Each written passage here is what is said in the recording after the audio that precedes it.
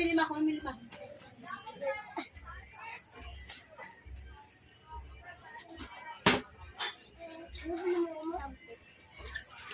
Ay! Oh. Ay, malibig ka na tao. Sa gulang. Kuya, ilibre mo daw siya ng ano, Ikaw. ng Tao.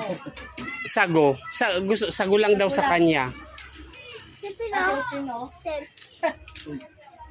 Sa akin 20 pesos. 20. Then, Hindi kumakain ka Kirara tao. Oo, tuwan.